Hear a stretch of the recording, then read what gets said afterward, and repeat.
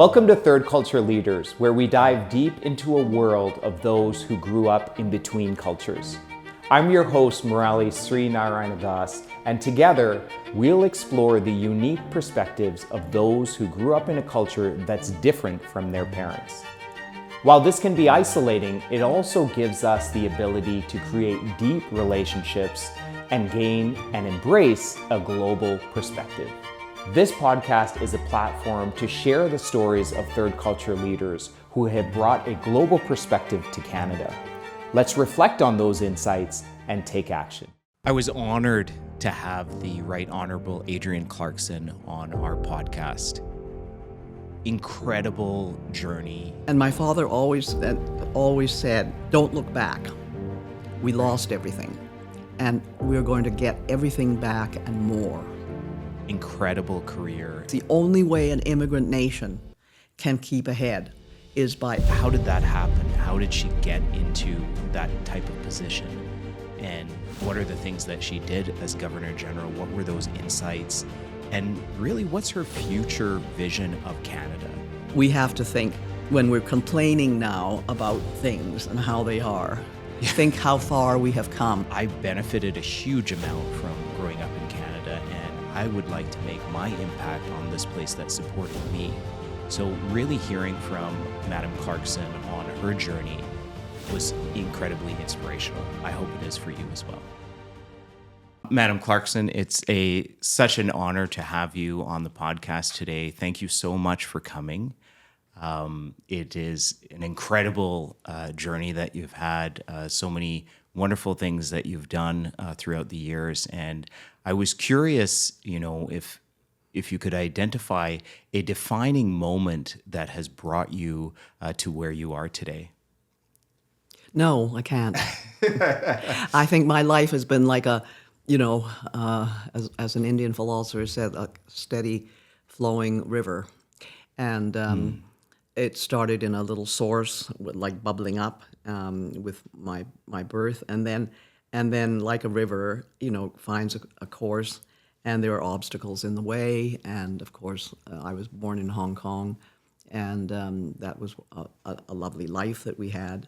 My parents were young and doing very well, and then a war came, and I was 3 years old, and my brother was 7, and we were conquered as a place, and we were living under the occupation, and we were able to get out and came to Canada, which we didn't know and had no contact. We had business contacts through my father's business before, because he'd been working in trade and so on. But we didn't have any friends or anything like that. And it came in the middle of a world war, which was 1942, to a small, cold, white place in Ottawa, and made our way from there. And I think it's a story that in many ways is unique because it's my story, but in many ways it's parallel to so many Canadians, and so many Canadians identify with my story, and I identify with theirs. Yes. And that's why I feel that I have been very privileged to live at the time I have, and to be able to give that example, because I was a little bit ahead, and Canada was not as open to immigrants from all over the world until about 1955-60. Right. So I had a kind of 15-year ahead run on them, and so there's no recognizing the Canada that I came to from the Canada that we live in today. Right. There's, people speak about a lot of the challenges as immigrants today, but as you mentioned, in that time it was widely different in the Canada when you first came as a child. In many ways, it was in a way easier, because it was like going into a zoo that only had bears, and then suddenly you appeared and you were a giraffe. And so you were new, you were unique, you were different. Everybody wanted to know, where was Hong Kong? Canada was quite a small place and an insular place in many ways. And there was war in Europe. War had just started in the Pacific. And so they didn't understand that Hong Kong, like Canada, was a British colony, had been a British colony. And that's why we spoke English. That's why my parents, spoke English. And that world kind of was a opening for the people that got to know us as well. I must say that because we were colonial, and had been for 5 generations, we were colonial Chinese from Hong Kong.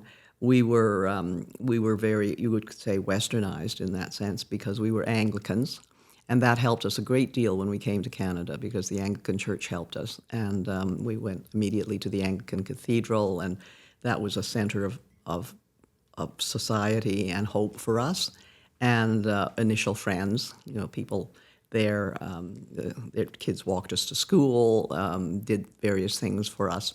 And to this day, I know some of the people that were there, That's wonderful. 75 years ago, 80 years ago. So That's wonderful. it's really, there was a sense for us of community. We also, because we spoke the language, because we also came from a British colony, and we were Chinese, but it did, that the worst thing for my parents really, I suppose, was the fact that there were only, 2 Chinese restaurants in Ottawa. And there were really no Chinese. When I tell you that Ottawa, when I was growing up, I didn't see a single Indian or a black person. Oh, wow. There were some Chinese people in Chinatown, but there was no diversity as we know it. Everything was very white bread, white snow, white Ottawa. So how as a child, I think some people come, at much as adults, but you came as a child. How did that childhood, what was that like in Ottawa? Well, it was wonderful, actually. When I look back on it, I was just talking with my brother, who's 88, and who became a surgeon, retired a number of years ago. But we were we were chatting about something, and he said, I said it's fascinating to look back now when we were just a novelty.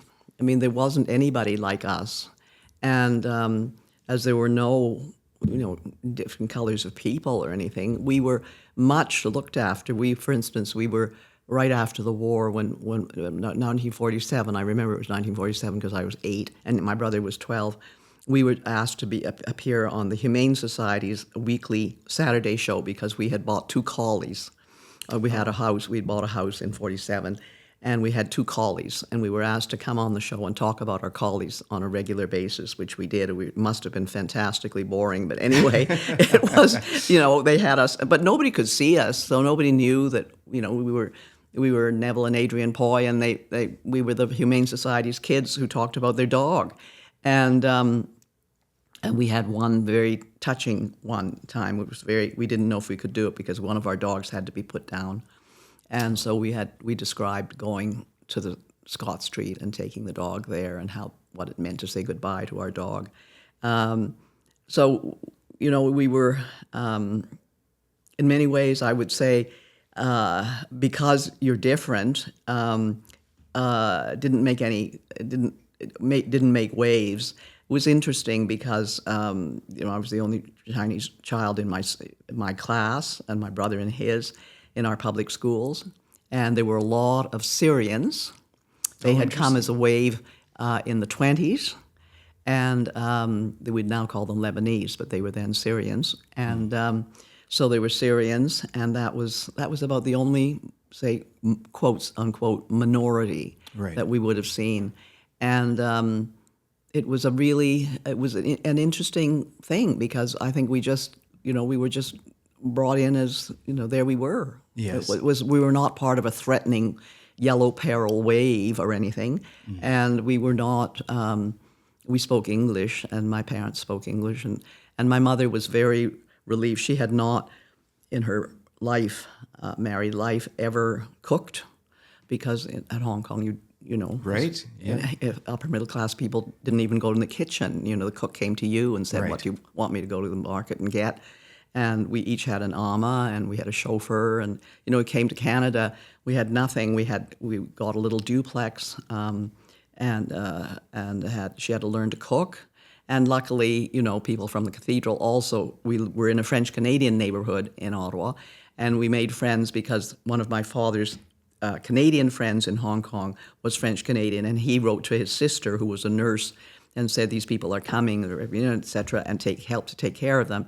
And so she, Alice, I remember her, wonderful woman, Alice Prue, she also introduced us to French Canadian friends who taught my mother how to cook Canadian, as it was. So it was really fun, and we had, very good experiences as that. But that was because of very particular circumstances. But it didn't mean that after the war when I was already very established at school and so on. After the war, from 46 to about 49, we got what was called the displaced people from Europe. Okay. And displaced people were from Ukraine and from Poland, from all sorts of places. And this would be maybe refugees. They were them today. refugees. Right. They were called DPs. It was kind of a pejorative term to be called a DP, but we would just simply stood for a displaced person. And they were brought over in Canada. I mean, I worked with many people at the CBC who were a little bit younger than I, who had come as DPs, and they were allowed to come to Canada and had to work for 1 year on a farm or be a domestic servant, which was hilarious because nobody had domestic servants in Canada. So suddenly, I remember my mother. She came home and told us. I remember it so distinctly. I was only about 7 or 8, and she said this lovely person. She met at a party at friends who was passing hors d'oeuvres around, and she talked to her. And this woman had been a ballet dancer in Hungary, and she was she was a maid for a year. And then I have friends I worked with at the CBC. In fact, a Romanian princess and her mother who worked on a pig farm in Saskatchewan for a year. Wow! And that was the kind of thing that people did. People forget now what happened in Canada after the war. And then we said, yes, come, but you'll have to do this or that. So it was either domestic service or working on a farm for 1 year, and then you could go and do whatever you liked. And then after that, we developed immigration policies, which were a little more suited to the people who were going to come. So I have a great respect for the people who developed those things, because Canada, quite frankly, was a racist country. They refused to take a boatload of Jewish people in the St. Louis in 1939, who then got sent back, and all of them perished in camps. Oh my goodness. And anti-Semitism, even when I was growing up, was huge. It was huge in Ottawa and in Toronto. We forget now, but we must always. I try to bring it up. Lawrence Park, this nice area in North Toronto that was developed just after the war. All of the Muskoka lakes were what's called covenanted. Do you know what that means? No. It means that you could not, when you bought a house there, you had to promise that you would never sell to a Jew. Oh, wow. Yes. Wow. And so that existed, and it existed at various cottage areas. And the big case that went to the Ontario Supreme Court was the one at Grand Bend on Lake Huron, where somebody wished to sell their home, their cottage or large family property or something, and it went through some wonderful lawyers like J.J. Robinette, who broke that law, broke that thing. There's no such thing as covenants anymore. There was no covenant on Lake Simcoe, so that well-to-do Jewish families had cottages on Lake Simcoe. Oh, but they were not allowed into Muskoka. In Muskoka until early 50s. I mean, I having come to Toronto to go to university in 1956, remember the echoes of that. And so we have to think, when we're complaining now about things and how they are, think how far we have come, and it's in my lifetime. I remember that. I was a teenager. I remember it. Yeah, I think that's such a great point. I think people forget that, how far we've come, and a lot of the policies that were created, especially, a lot of immigrants, including my family members, came with this multiculturalism policy that Trudeau and the government at the time introduced. But people, I think, really forget about what happened before that, and a lot of the changes that the government introduced. and organizations, and we're going to talk about the ICC, I'm sure, but organizations like this that really supported immigrants coming into Canada and providing a wonderful platform. But before I go into a little bit of that, I have a little bit of a selfish question. I have a 7-year-old daughter that is, on her way to 16 tomorrow, and I'm curious. Your parents, what kinds of things that they do for nurturing the person who you are today?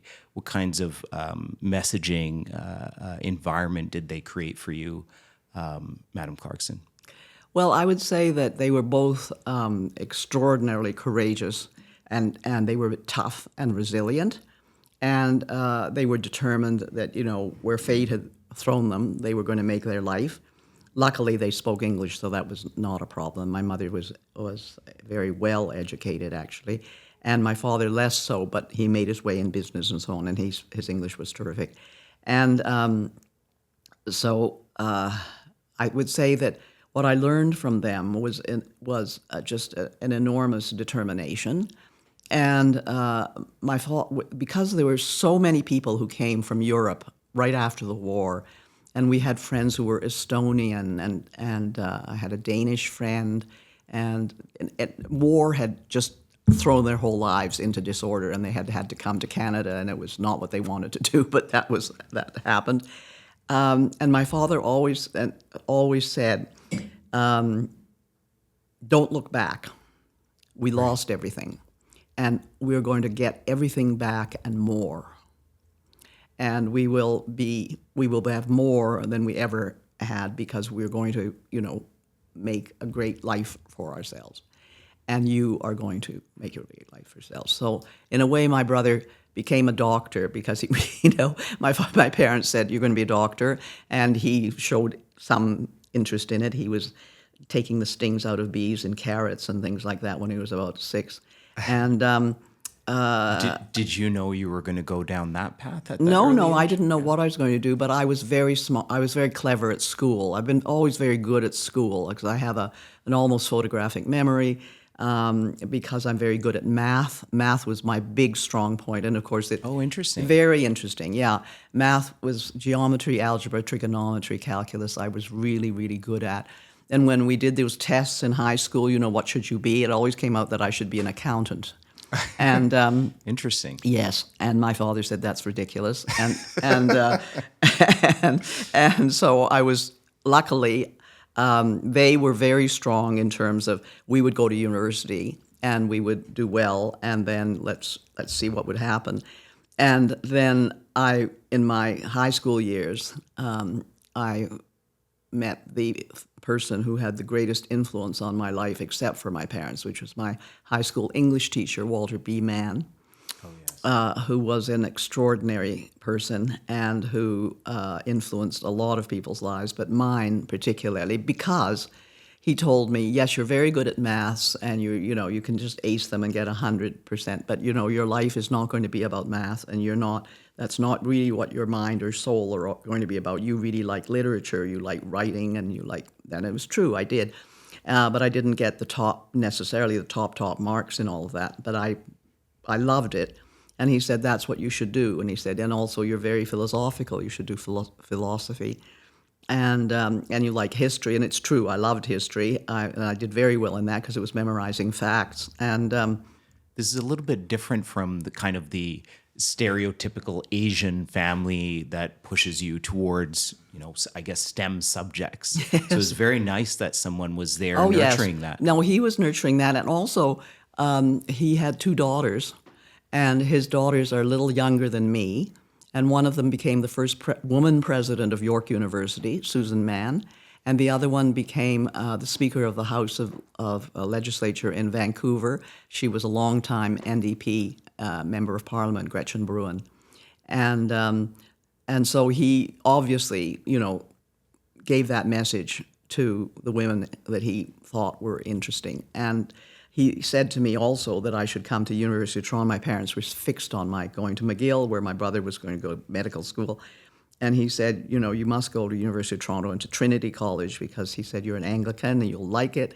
And that's where I went, and you'll meet interesting people in Toronto, and I see that's your life. And so that, and then the big thing he did for me was, he said, I want to train you for the public speaking contest. And that was a big deal when I was in high school. The Rotary Public Speaking Contest was a big, big deal. And so in grade 11, he started to train me. And the kids, you know, once every month or something, I would give a speech to the class. They were so resentful and bored, I'm sure. But I did compete in grade 12. And I came second after a boy. And Mr. Mann said to me in the Peacock Alley at the Chateau Laurier where we had the contest, he said, I'm not saying that you should have won because you were a girl, but you didn't win because you were a girl. Interesting. And he just said that to me. And I realized the unfairness of it because I was better than the guy who won. Mm-hmm. And I've never heard of him again. So it's really interesting because recently I was in Ottawa, and the Ottawa Historical Society had received a pile of newspapers from somebody's estate. And there, I hadn't kept these clippings, but there were clippings from the front of the Ottawa Citizen with our pictures on it as having won the Rotary Public Speaking Contest. And it was very interesting that the judges had, you know, praised me for my speech and said I would go somewhere in my life, etc., which was very nice to hear when you were only 16 at the time. Absolutely. But that combined with my parents' drive, and theirs was a kind of like a lot of immigrant families' drives. You know, your children are going to do really, you know, much better than you have, although they did very well. I mean, we had a very comfortable life by the time I was 14 or so. We didn't have a car till I was 12, but I say to people, nobody else had a car, so I never noticed. Canada was a poor country. Right. You have to realize that we as immigrants through the 40s and 50s came to a country that was a poor country, that was not, everybody had two cars and everybody had, you know, all of that is new-ish to Canada. Right. And so I never noticed that. And I only knew one person in grade 13 who drove a car, who, you know, because everybody was able to drive by the time they were 16. And he was somebody that we knew who drove a car because his parents let him drive their car. Yes. And then I think he got his car when he went to university. I forget that I grew up in Winnipeg, Winnipeg, Manitoba, and we don't have a grade 13. So I forget that Ontario had that. Yeah. It was a tough year. I've never worked harder than that because my parents did not want me to go to U of T. So they said to me, and they were tough, they said, you can go to U of T if you get a scholarship. Otherwise, you go to McGill. Oh. And so grade 13 was the hardest I've ever worked in my life. When I think of hard work, I think doing those, I had to have 13 papers, write 13 exams, and they came to Toronto to be marked. They were not marked at your schools. They were coded, and they were marked by a group of high school teachers who didn't know who you were or where you were from, and you were ranked, okay? Oh, wow. And I really worked harder than I've ever worked in my life. I can't remember. When I think of hard work, I think of studying botany and zoology, and really hated and didn't like, but I had to memorize. Luckily, I have a good memory. I was able to memorize those things. And I think you definitely are not someone who shies away from challenges. No. And I think I speak on behalf of all of us that it's very nice that you didn't go into accounting. Well, I would have found my way out of it. You know, yes. You never know. Maybe I would have become the unit manager on a television show or something, and said, you know, the star would have dropped dead, and I would have said, I could do that. I think, there's a lot of people that in immigrant circles, but generally that are pushing towards STEM. You know, technology is the big thing nowadays, thinking about Google and AI and all of these things. But the changes that you've made through your voice, I think, is incredible. What would you say to the next generation who is thinking about this pathway? Well, first of all, I would think you cannot, and it's I suppose heresy today to say, don't make your life because of the amount of money you're going to make. Right. You know, if I'd wanted to make a lot of money, I'd have been a model. Right. Yeah. and done, something exotic like that. I mean, I was Yeah. approached all the time when I was young and so on for that. And what does that mean? So you don't do it. Don't do the tech stuff, the AI stuff, and everything because you think that's where the money is, because you want to make money. Because there's a society that now is obsessed with the material. But I can guarantee you that out of all of this, there will still come the people who have real ideas, who have real feelings, who know how to do things, who can make shifts that isn't just dependent on technology. If you put your whole education into the tech area and you don't ever read any history or any literature or look at paintings or learn how to listen to music, you're just going to be an impoverished human being. And maybe you'll run through several marriages and have a good time and go to clubs and dance and have a $4 million house and several cars. But what will be the meaning of your life? There isn't a meaning. The people that I respect and like the most, it's not because they have money, it's because they have ideas. Because to be with them is to have a feeling that life is worthwhile. That if horrible things are happening, that we can affect them somehow by working together. And by doing that, you have to have the background to know what has happened in the past. Everybody should be learning history, because history does repeat itself. Yes. And it does repeat itself even in one long lifetime. And so I think it's, if you want to live a life that's worthwhile, that's not just, the French have a wonderful expression, métro, boulot, dodo, which means the subway, job, sleep, subway, job, sleep. And that's not what anybody should be aiming for. And Right. so you shouldn't be going into it for that. And I worry about that because, when I bought my first house in Toronto, when I was married, we bought our first house. The house cost 4 times our annual salary combined. Okay? Wow. So, yes. So, and that was a very nice house in a very nice neighborhood indeed. And so now, what do people get for 4 times their combined salary? Less than $1 million probably. Yes. And what do you get for that? You get a condo, a small, Yes. it's not room enough to have a family in, all of that. So I worry about that. I worry about our housing particularly, because I think housing really has an effect on what our population is going to be and whether people have children. And a lot of people are worrying about having children because they can't, they don't know where they're going to live. They don't know if they can live in an appropriate neighborhood where the school is good. And of course, I'm a big backer of public education. I believe public education is the most important thing that a democratic country can do. And that's what's always been wonderful about Canada. And I'm totally against private schools. And I always want to say to immigrants, especially the ones who do extremely well, and they do well, that their children should go to public schools. The public schools are excellent, and it's the only way an immigrant nation can keep ahead is by educating people in the public system, people who cannot afford to send their children with any kind of fee whatsoever.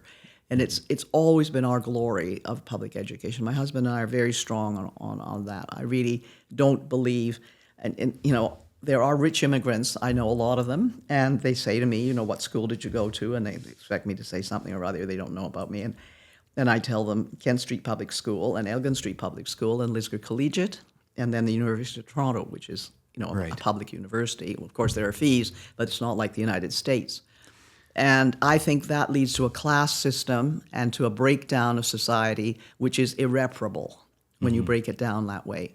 And that's what's happening in the United States. And we can look at the United States now, and you can really point at it, beginning with the initial sin that they have there of slavery and the whole society that was built on slavery and the lies they told themselves when they established their independence.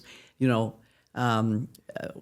first words of the Declaration of Independence, Yes. Yes, we, independent people, etc. They counted black people as 2/3 of a human being. Right. Right? Yes. That's what they are for the Electoral College. That still is. Yes. How can that be a country that understands what democracy is. It doesn't. Yes. And Yeah. we're seeing it now. It's all breaking down. We're very lucky to be in Canada and have, as you said, these public systems, our healthcare system, many things that are a great benefit, and many immigrants are coming to Canada for that reason. And as someone who's in the education space and has worked overseas, the Canadian education system is world renowned.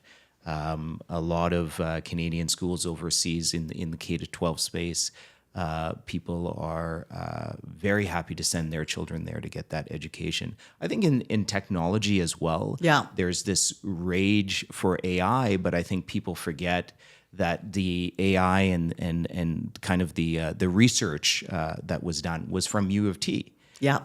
And, so Canada really leads if we think about the space industry, the space arm. And so our education system, Madam Clarkson, I think is such a great pull for immigrants coming and something And we that, have to keep a public thing, because when people land, you don't know where they're going to land in a city at, different parts of the city. And schools have to be good, and they are generally good in them. And even if they aren't for a year. Last night we were talking with some friends who just moved here from another place, and their child is going to the same school that our grandchild went to about 5 years ago, and has the same rotten teacher for grade 5 who has still not been fired or anything, and hates the school and wants to move and everything. And all we said was, our grandchild lived through her and, went to grade 6 and she's still got her job. Well, life is long and not everything is wonderful or perfect. And, life isn't perfect. And the sooner you learn, my father said to me one day when I said, "It's not fair." He said, "Life isn't fair." yes. And it isn't. And there are things that don't work out, and you can't make things all perfect for everything. And the thing about private schools that I think is so awful is that people think, you make your contacts there, and your contacts are going to help you with your life because you make your contacts there. Do you think that somebody that you met at a school is going to necessarily help you be a partner in a law firm later on just because you went to that school? He may have loathed you, or she may have loathed you. Right. There's not, you just can't, we're not Britain. We're not a class system. We've never been a class system. And so we have to keep that up as much as we can. If people want to pay $30,000 a year to send their child to a school, let them if they feel that's good. But it's not going to give them an advantage. Right. And I want to point out to you that no Prime Minister of Canada is a product of a private school, except the two that went to Catholic schools, Trudeau and his father. Right.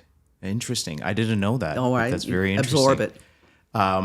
I want to talk about something that I know you're very passionate about, and that is the Institute for Canadian Citizenship, which you founded in 2005.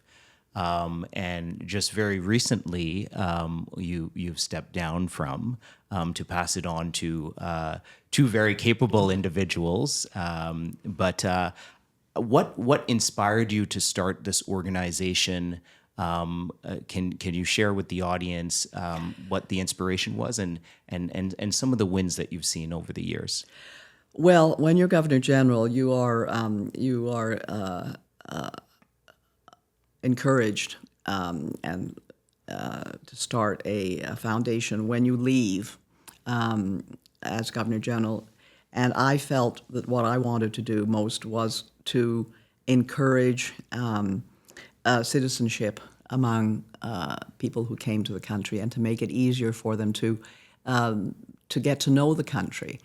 I'd always lived within about a kilometre of the Royal Ontario Museum, and I used to see the little yellow school buses go by, and the kids trotting out, all different looking like Smarties, all different colours and everything, going hand in hand. Some of them as young as 5 or 6 into the Royal Ontario Museum to see the mummies, I suppose, and I always thought, what about their parents? Their parents are in jobs. Maybe they're on shift work. Maybe they're working 12 hours a day, and on weekends, that's all they can do to keep themselves together, see their families, go shopping, etc. Why, do they think this building, beautiful big stone building, so impressive, is not for them, and that they don't belong there because maybe they don't have the right clothing or they don't know. And so that's what started the Cultural Access Pass. That was our first big initiative. We had three, but this was our first big one, which was to ask cultural institutions if they would give free access to new citizens as soon as they became citizens. They've committed themselves to Canada for 1 year to their cultural institutions. And we started with the AGO, with the Royal Ontario Museum, and with the Ontario Science Centre, and they were all gung-ho for this. And so that started it, and now we have, 1,800, 1,900 institutions across the country, all the provincial national parks. We have Via Rail gives 50% off travel for a family of up to 4 children. Wow. For the people with a cultural access pass. It has become a fantastic thing. And it's only fair, all right? It's not giving them something they don't deserve. Those parents are working and paying taxes, and some of those taxes go to these cultural institutions to support them. Right. Grants go to the Royal Ontario Museum, to the Art Gallery of Ontario, to the Science Centre. The cultural grants go to them. And those are paid for by taxes, and taxes are paid for by newcomers as well as everybody Yes. else. It's just on the tax thing. I think that's a very important point. It's I very don't think important. People realize that. No, and I think when I say it all the time, and people say, "Oh, yeah," so think the idea of somebody freeloading, or it's not. People come here, they earn money, taxes are taken off automatically. They don't know where they go. Yes, they go to our wonderful health care system. They go to this or that, but they don't realize that that maybe 10% of their earning goes to the Royal Ontario Museum, maybe, or to the Art Gallery of Ontario, Yes. or to the Royal Tyrrell Museum in Saskatoon, or to the Vancouver Art Gallery. It all pays. And then when they start to own things and have property taxes, then there's all of that. There's city stuff and everything involved with that. So it's a part of belonging, and by getting people into areas where they wouldn't normally think that they could go. It's part of belonging. And so that then expanded to the performing arts, so that now we have various organizations like the opera or the ballet who put up seats. If they haven't they aren't sold out, they put up 70 seats, and canoe members go online, or they get onto line with them, and they're gone in 30 seconds. So, somebody who's come from the Sudan or from Ethiopia, who's never been to the Four Seasons Centre, which is a gorgeous building, maybe they passed it on the subway, or they walked by it on Queen Street and thought, I wonder what goes on in there. They can go in and they'll see a full thing. And then there'll be a future audience member. There'll be a future purchaser, for sure. Yes. Or a performer. Or a performer, exactly. Never heard anything. Like somebody said to me, well, why would somebody who comes from Somalia want to go to the Canadian Opera? I said, why wouldn't they? Correct. I mean, if I was in Somalia and somebody said to me, there's dancing and it's Sufi dancing or whatever, I would want to go. I mean, it's not something I would want to do maybe, but I would like to see it. And I think to go for free and to see the best would be terrific. I also love that it is very welcoming. Yeah. It's welcoming and an opportunity for people they kind of have this impression of Canada, but it's really expanding your horizons on what Canada has to offer in a very affordable manner. Yeah. So I am a big fan, as you know, of the ICC and this pass in particular. And well, I think we have other paths that we can do. You see, I feel that one of the things that helps us be Canadian, and it helped us to be Canadian because we had a cottage by the time I was 9. We rented a cottage by the time we were 9. I was 9, is the wilderness and nature. And Right. Canada is nature. And it's one of our big, things that we have in the world and in the future, which I hope is not to go up in flames because the environment is being destroyed at such a rate, that we have the second largest landmass in the world. yes. And we have nature. I always say to Europeans, you have countryside, but we have nature. And because there are places in Canada where you could drop somebody off and they could walk into the woods, and that nobody human would have ever been there. There is no place in Europe except for the very highest mountains where a human footprint has not been, okay? For instance. There is in Africa and so on. So that, I think people from Africa understand that more. I think Somalians and people like that, people from the desert and everything, understand that more about nature in Canada and our relationship to nature, which is very special, than Europeans do. But I think really we have to grasp that as one of our our big pluses, and we should be bigger in the environment and dealing with the environment than we now are. We're trying, but we have a lot of challenges in front of us, and we should be in the forefront of that because it's the second largest landmass in the world, and with everything from the Arctic to Point Pelee, which is the same temperature as Sacramento, California, we have everything here in Canada, and we should be paying attention to it. You've seen, Madam Clarkson, many different governments come and go in Canada, many different policies and ideas.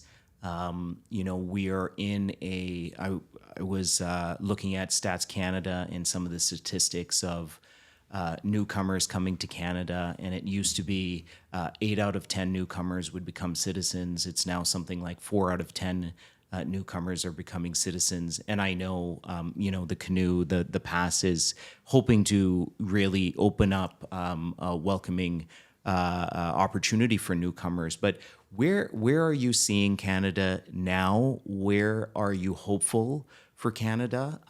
What is your vision of our future? Well, I really, I don't take big questions into mind. I live day by day, and I live personally, in personal relationships with something like the Institute. We saw that there was a need for new citizens to feel quickly that they belonged. And belonging means being able to do all the things that Canadians who've been here for generations take for granted. The libraries, all the things that you can go to that are things like concerts and everything that people consider to be part of their cultural enjoyment of life. We hope people will still enjoy what they've come to the country with and what they want to maintain. And that's been enriching for Canada, to have world music and to have all of these things which have come into the mainstream. They're not kept in little pockets in certain areas of the city. But I think it's also very important for us to be certain that we have, as a country, kept our feeling of generosity and openness to the world, and that we take immigrants, and therefore I like the idea that we take refugees because they're people that have to do something when they get here because they had nothing. Everything's been taken away from them. And I want to remind Canadians that when we first started to take immigration in a big way, as of 1899, which was the first opening of the West. So then there was a government policy which said, opening the West, we have all these fields, we have to get people who know how to work these fields, so we have to get Ukrainians and Russians and people who are used to big land and everything. So then we also have to get, other people. And we'd already had the Irish who'd come during the potato famine, and we took Toronto's population quadrupled in a summer because we took so many, and they were all ill. They all had cholera and typhoid and everything that kept out in the lake. But they got better, some of them, and their children got better, and then they became immigrants. That was it. But I think what we really understand, what I love about Canada initially, was that we were ready to take the wretched of the earth. And that our policy was not, we want, only the best and the finest and the university educated, and there weren't any of that kind. But we knew we were going to go to the slums of cities, and we knew we were going to get people who were not well. And so what did we do? We built sanitaria for TB all across this country. Mm-hmm. There's one in Gravenhurst, Ontario, that's closed now. There was one in Woodstock, Ontario. Down near,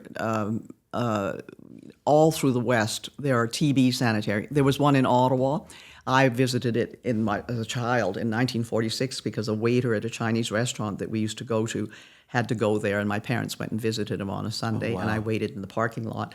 It was nearly attached to the Civic Hospital on Carling, right? It was sort of a suburb of Ottawa at that point, and now it's in downtown Ottawa.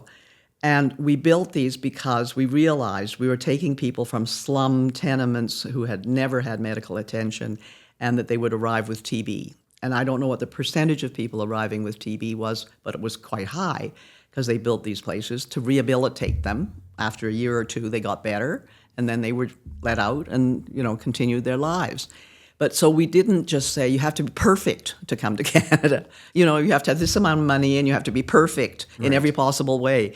We were willing to take the wretched of the earth, and that's what we're taking now, in a way.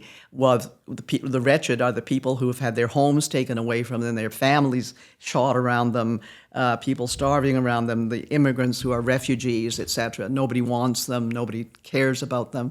So that's the wretched of the earth we have, and that's what we have to remember, that we always took that, and we should always be ready to do that.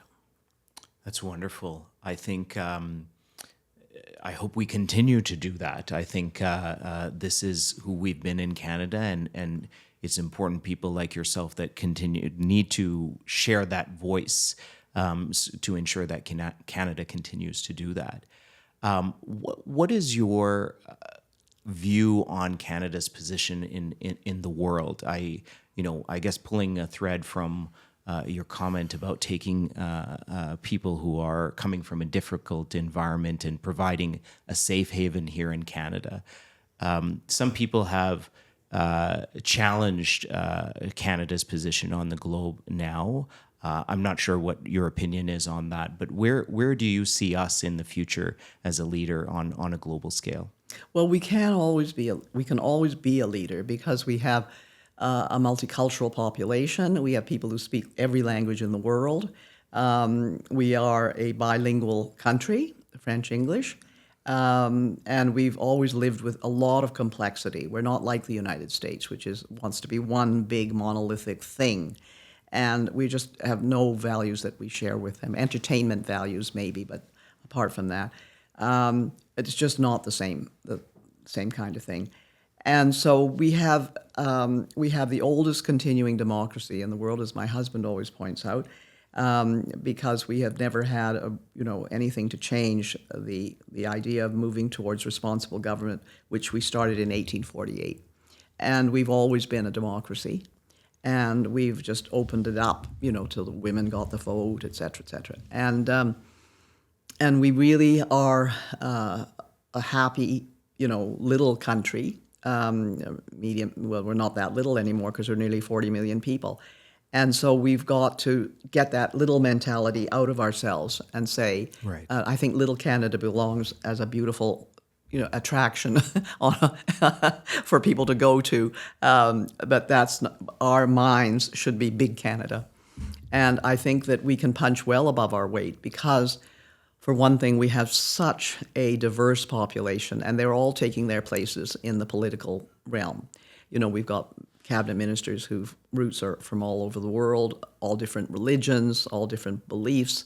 And yet we are bilingual, English, French. That's a tremendous benefit on the world stage to have two languages. And I think we have to just say, what is our place in the world, as opposed to just looking inward always to ourselves and our own satisfactions. And one of the ways we can keep looking out to the world is by taking people from all over the world and looking at the conflicts that have brought them to us and helping. I mean, if we were really serious, we would be thinking, because we've got so many Somalians, we have Sudanese here, and the Southern Sudanese problem has been going on for ages, and we should be really looking at that. I've been looking at it in a different way with another group that I'm working with. But all of that, the disturbance in Africa should be something that we would really be looking at, because it's such a huge continent, so diverse, suffered from colonialism, and is in many ways a tinderbox.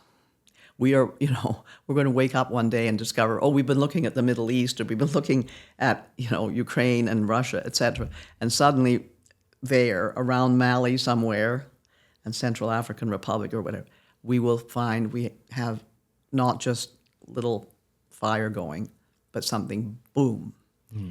And I think that's what we should be looking at. We should be trying to concentrate more on places like Africa. We did for a while, but it sounds odd to say that. But I think you have to look when you're looking at the world and its all its problems and so on.